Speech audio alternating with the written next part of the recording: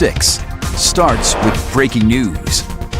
Breaking news just into our newsroom. Omaha police have identified 74-year-old Billy Alcorn as the man who was hit and killed by a car. This happened Tuesday night on I-80. A car was traveling westbound just east of the 60th off-ramp when Alcorn ran into the road.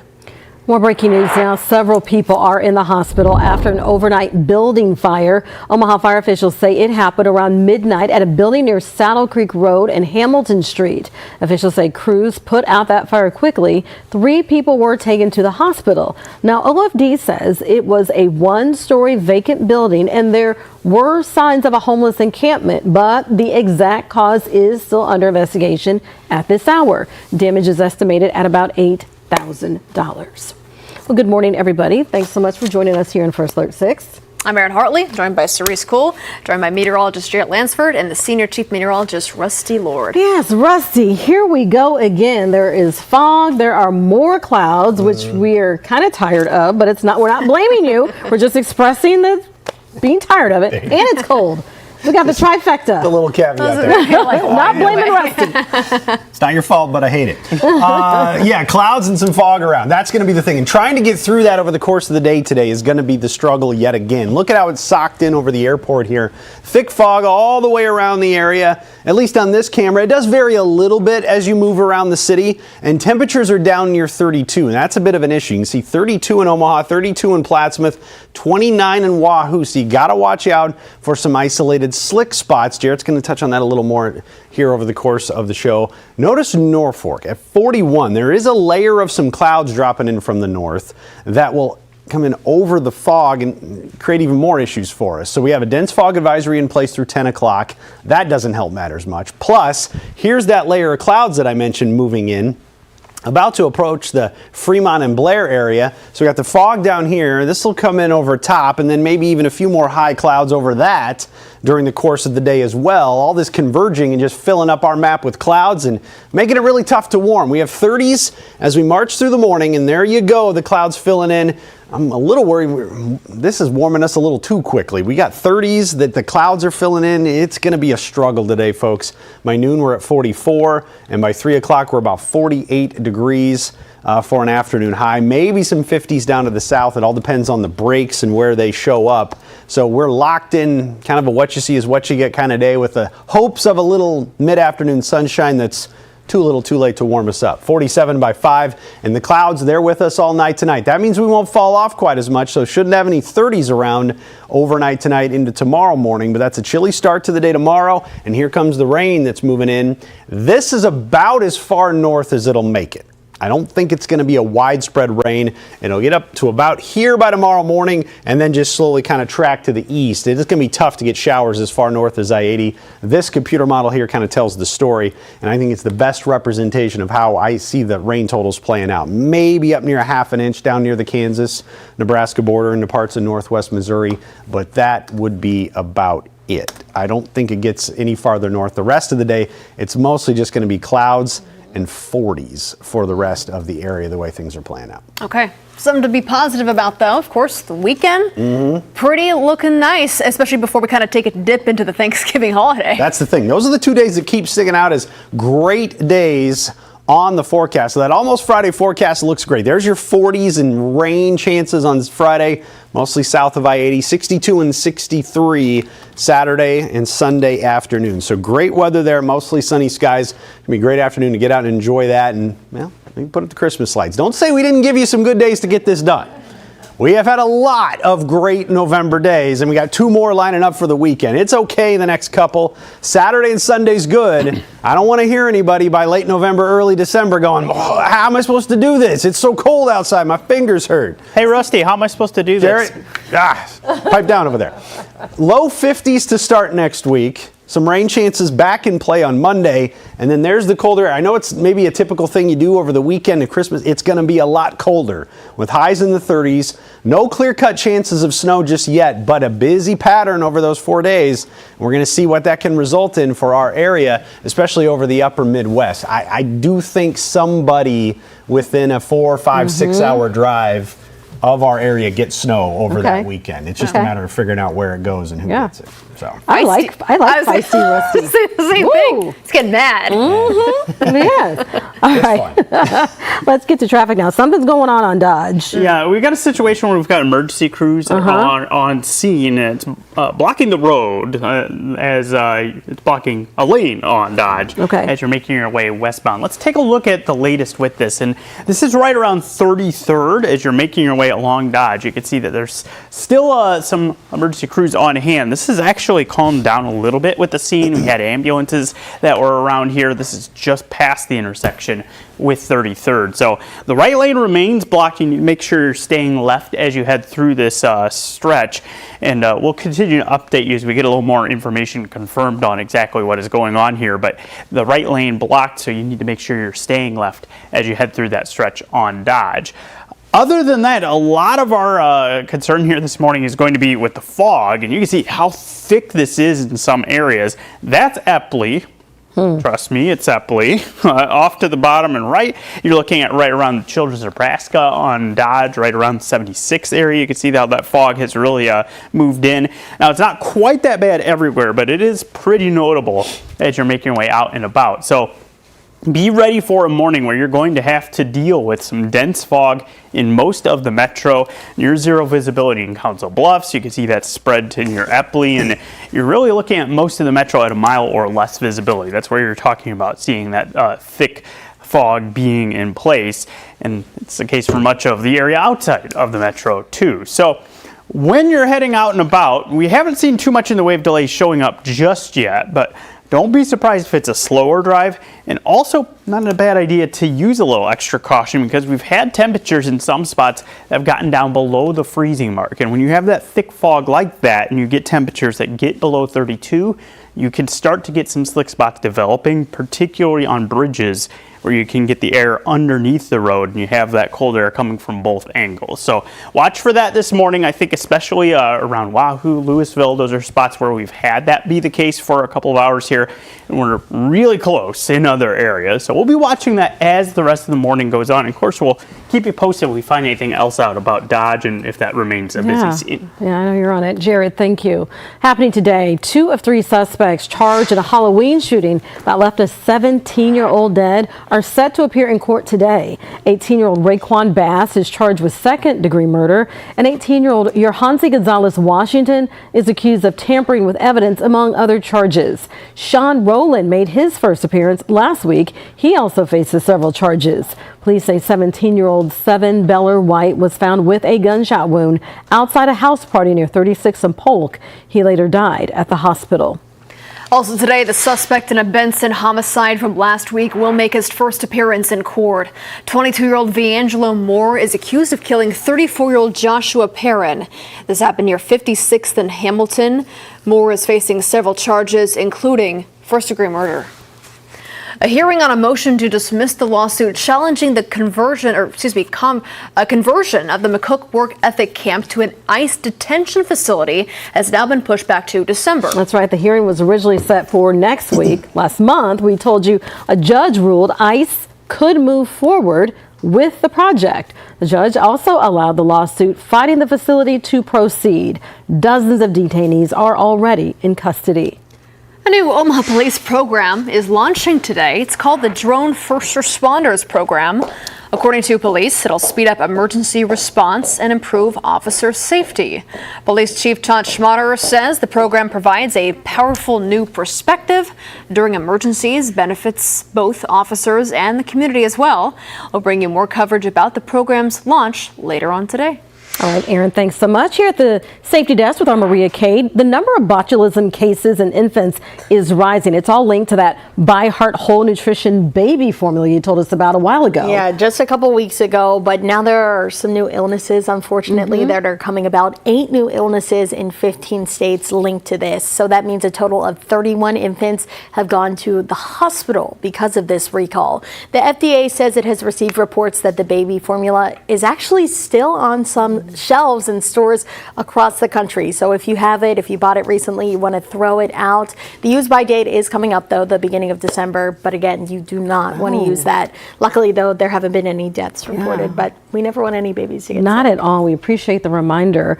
All right, to a new study now, finding typical levels of fluoride in community drinking water do not impair cognitive abilities. It could actually boost them. Yeah, this is a pretty interesting study. It's coming from the journal Science Advances, and they found that students who had a full childhood exposure to recommended fluoride levels actually scored higher on tests than kids who didn't have any exposure while they were growing up. So the data also showed no signs of cognitive decline later on in life as well. A federal study was released earlier this year. That study actually, though, linked fluoride to having a lower IQ. After that study came out, Utah and Florida actually became the first two states to ban fluoride in drinking water. So some conflicting studies coming out there. I was thinking the same thing. Yeah, all right, got to get to the bottom of it then. Maria, thank you, and we'll be right back.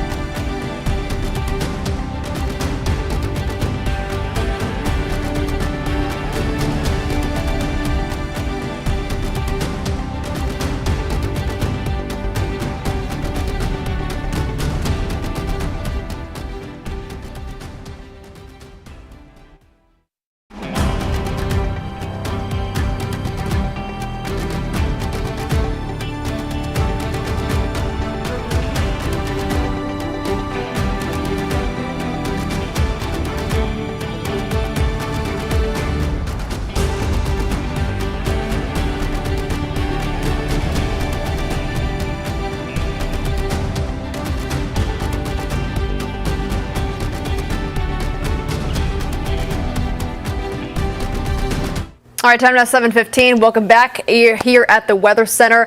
Not a lot of sunshine this morning, mostly clouds. Yeah, we got some fog around now. I'm pointing this camera that you see behind me off to the north here up 144th Street because there's another layer of some clouds that's going to roll in over the fog and make it even tougher to warm up today. I know, it's a rough go of it here, but you look to the north here, it looks kind of gray and murky, and there's some fog in the distance here in some of these trees, and what will happen here over the course of the next couple of hours, some clouds will roll in. We've fallen off to near 32 in some spots, 31 in Louisville, 31 in Murdoch, 29 in Wahoo. Every once in a while I get a little spot that's a little colder, but right through about here is the leading edge of those clouds, and when they move in, they're causing the temperature to jump a little bit. So they're diving in from the north, bringing just a tad bit more warmth, getting us up near 40 anyway, and that's why as they drop in here, our temperature should go up a little bit, but the map just fills in with clouds. We'll be near 40 by 9 o'clock, and then beyond that, it's just a struggle to warm here. As hopefully we can get a few afternoon breaks, but I tell you what, you got to get a good chunk of your warming done before noon this time of year, just because there's not a lot of afternoon to do it. You get about 3 hours to warm in the afternoon this time of year. By 3 o'clock, we've kind of reached peak heating. We're upper 40s, some 50s down to the south. That's 61 in Maryville. That's a nice dream. But the rest of us will probably be in the 40s and lower 50s. You'll notice by 5 o'clock starting to fall off a little bit. And then overnight tonight, clouds around, they're locked in place and they're not going anywhere tomorrow either. Could even bring a few showers. We're at 46 there, up into the 60s then on the weekend. A little better look at those showers as they move through on Friday. There you go. Shower activity southeast Nebraska, northwest Missouri, and then anything trying to get north of about Auburn or Nebraska City likely gets chewed up by the drier air. So we'll see what we can do, but I just don't see much rain near the metro, I-80, and points north. That's where you're just going to be locked in the clouds and temperatures in the 40s. And once again, there's those 2 really nice days over the weekend. All eyes on the weekend and on Thanksgiving holiday. Can you tell us a little bit more about what we can expect? Well, the temperatures go the wrong direction. We've been talking about that colder blast for a while, and that's still locked in place. I think Wednesday's kind of the transition day. You got 30s for highs Thursday, Friday, Saturday, probably Sunday as well, and then we'll see what we can do in that first week of December. Small chance of a little rain, snow with the front moving in. I don't think that's going to be a big issue. Fairly dry front, but this cold air spreads over much of the area, and it's likely to persist through the weekend and even into early December, unfortunately. We'll see if we can maybe sneak a slightly warmer day in there. You're worried about snow, obviously. I think we can get you up to the Thanksgiving holiday without any issues. There's 9 o'clock Thursday. Next hints would possibly be a Friday light coating of snow. Again, a lot of variation on when this shows up. This one trying to do it late Thursday and into Friday. Better odds to the west. So that 4-day stretch over the holiday weekend, what do you take from this? It's going to be cold, and there is a chance of snow. It's just a matter of figuring out which day has it for our area. So that's what we'll be trying to figure out over the course of the next several days, because there's a lot of variation from about Thursday and onward. It does look like the cold gets here, and then we got to see what if it can make us any snow. I think it's going to, somewhere within a 4, 5, 6 hour drive from Omaha. So keep that in mind, especially if you got to travel north. Okay.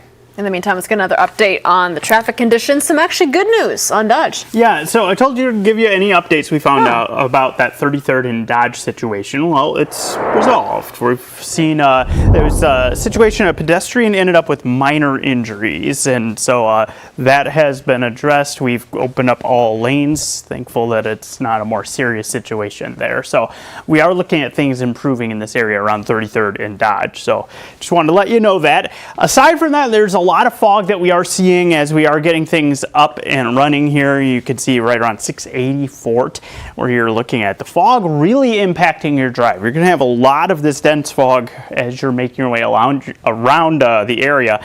I'm glad to see there's a lot of headlights on these vehicles. People have turned those on. You're going to need those despite it being daylight. Don't just go by the daytime running lights. Have the headlights fully turned on as you're making your way about your drive.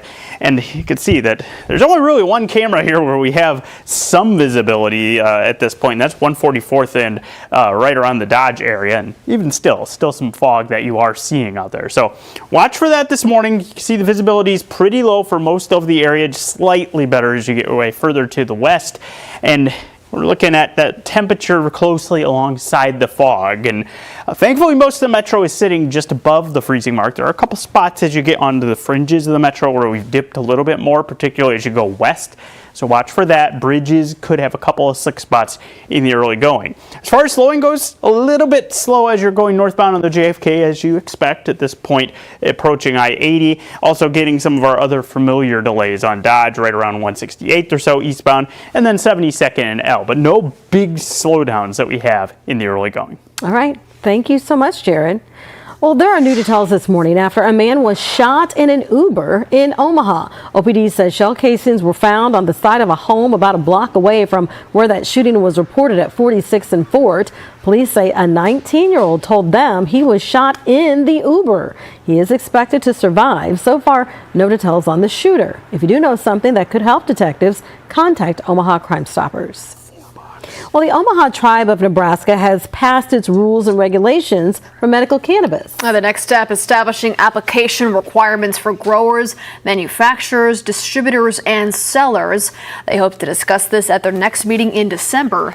For more details about this update, head over to our website, firstalert6.com. Get ready to see the universe like never before. That will show you new incredible views from deep space when First Alert 6 streaming returns.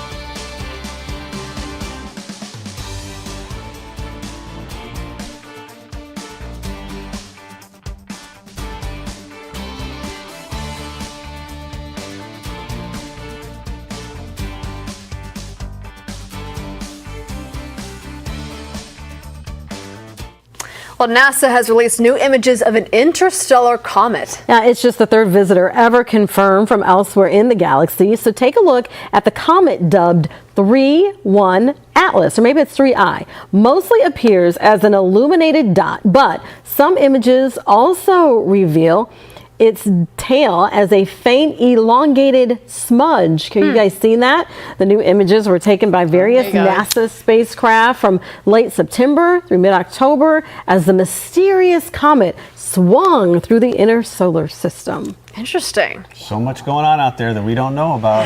Do you ever just like have those moments you just like space out and you think, space out and you just think about that kind of stuff? Like where are we in the greater universe? That sort of thing. If ever something is getting to be too much in life, I just kind of think, I'm a speck. I'm a speck. That's it. Big picture. What if the aliens from The Simpsons were on that? Probably, yeah.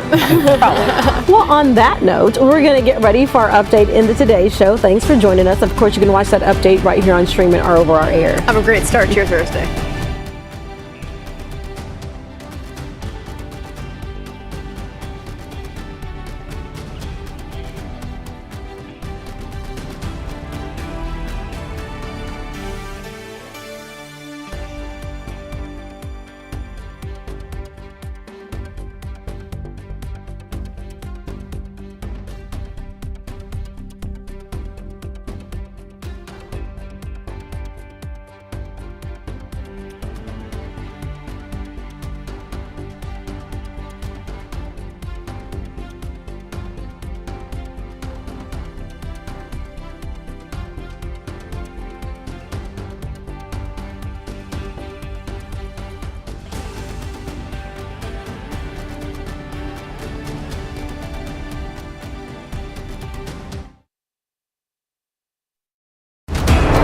Live from WOWT, First Alert 6 starts now. Well, good Thursday morning, everybody. It is 7:26. I'm Cerise Cole. And I'm Erin Hartley. Let's get an update on the roads this morning with Jared Lansford. As you're heading out for that drive, you're going to be encountering some thick fog in some areas. You can see that the visibility is holding up in okay shape around 144th and Dodge, but elsewhere here, it's pretty thick. That's right around Children's, Nebraska that you're seeing on the bottom right there. So be ready for it to be a difficult visibility to deal with as you're going through much of the area. And you're seeing some slowdowns on the JFK northbound, Dodge eastbound. Also watching the temperatures. We've had those in some spots get down below the freezing mark. Most of the metro is above it, but watch for a few slick spots as you get west of the metro. Rusty. Thanks, Jarrett. We're showing you a camera here at 144th and Dodge looking to the north. Not a lot of fog here, but you can see the layer of clouds that's set to move in from the north here in the next hour or so. And that will cause the temperature to likely go up a little bit. 33 degrees with a lot of fog in the area, especially mid and downtown. You can see how it's worse on the east edge of the city and then over towards Council Bluffs near zero there, 1/8 of a mile in Bellevue. So right along the river, the fog is easily the worst. Getting better to the west and to the northwest, but a lot of fog on the Iowa side. Dense fog through 10 o'clock. But you can see this layer of clouds dropping in from the north. That's going to roll over top the fog. Temperatures may climb a little bit, help us out with the fog, but we're going to see a lot of gray today, unfortunately, and it's going to be a struggle to warm. Up to about 48 today with mostly cloudy skies, perhaps a few peaks of afternoon sunshine. Aaron? Well, breaking news just into our newsroom. In the past half hour, Omaha police have identified 74-year-old Billy Alcorn as the man who was hit and killed by a car. This happened Tuesday night on I-80.